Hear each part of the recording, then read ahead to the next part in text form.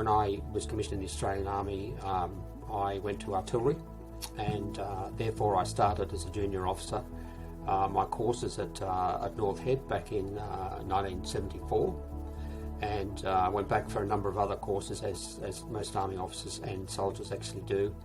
I ended up there as an instructor, so I was an instructor in artillery at North Head, and then I ended up as a major at North Head, and then I ended up as the commanding officer of North Head in 1995 and 1996.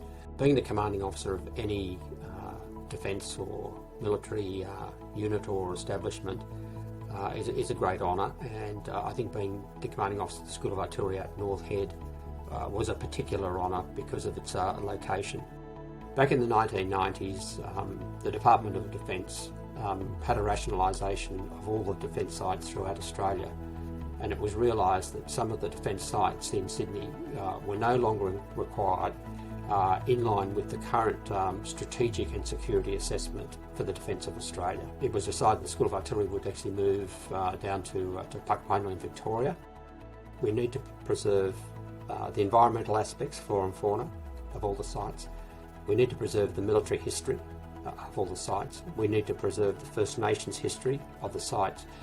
And we need to preserve also the relationship of those sites and who occupied those sites to the community.